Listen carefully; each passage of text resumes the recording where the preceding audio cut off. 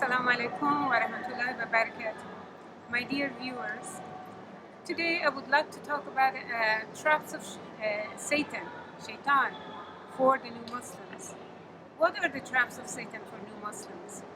First of all, to begin with, in majority of the cases, a person comes to Islam because they have investigated, they have researched, maybe they come from another religion after they realize that the other religion may not have all the truth, may have some of the truth, but not all the truth.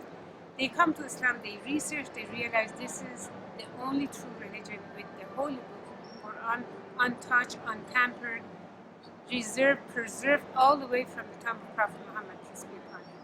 The person comes to Islam with open heart, excited to embrace this religion. They embrace it, they know this is the religion they want to live the rest of their life practicing. So what happens? Why is it that some of the people leave Islam? Let's take a look. There are many elements that causes a Muslim to leave Islam. The first thing is we have to realize our mind, our heart is one thing. We also have an element that's called Satan. Satan does not want people to believe in Allah, in the one and only one God. He wants to stray us away from the religion. So what does he do? He affects our feeling, he affects our way of thinking. And some of the things includes, as I'm going to tell you now. For example, the media all around is against Islam, anti-Islam. So if we listen over and over and over again and we are not with the community of Muslims, if we are not reading, we are not practicing enough, then we are out to be weakened. The other thing is our family. We become Muslims, our family are attacking us, ridiculing us, they're putting us down, they do all of this. This may be, oh, I'm just fed up, I'm just going to leave Islam to just have peace with my family. Or my wife is going to leave me, my husband's going to leave me, my children are going to leave me.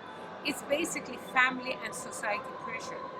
I met a man, a very strong Muslim, American, who just like Islam was his life. He had no intention of leaving it, but he worked for a very large company. He said, I will not tell him I'm Muslim because I don't want to be hassled. He was concerned to be hassled, to be bothered by it. So all these elements exist. It's like you're flowing, you're flowing against the current that is against God, against Islam, against belief. How are you going to survive in this current? How are you going to be strong enough to not get swept away by this current? My advice is several. The first thing is you have to learn and understand the book of Allah, the Quran. The more you understand, the more you learn, the more you understand how the Creator is communicating with us, the more you realize that this is the only true message. You learn it, you put it to practice.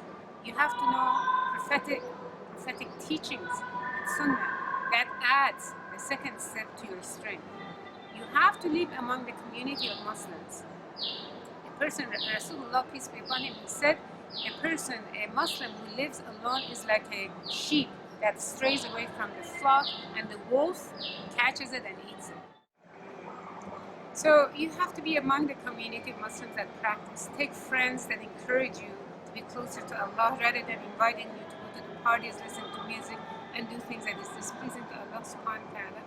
And lastly, relationship between you and Allah is between you and Allah. Nobody else can force you, push you, take you away, push you into it, push you out of it, except you yourself.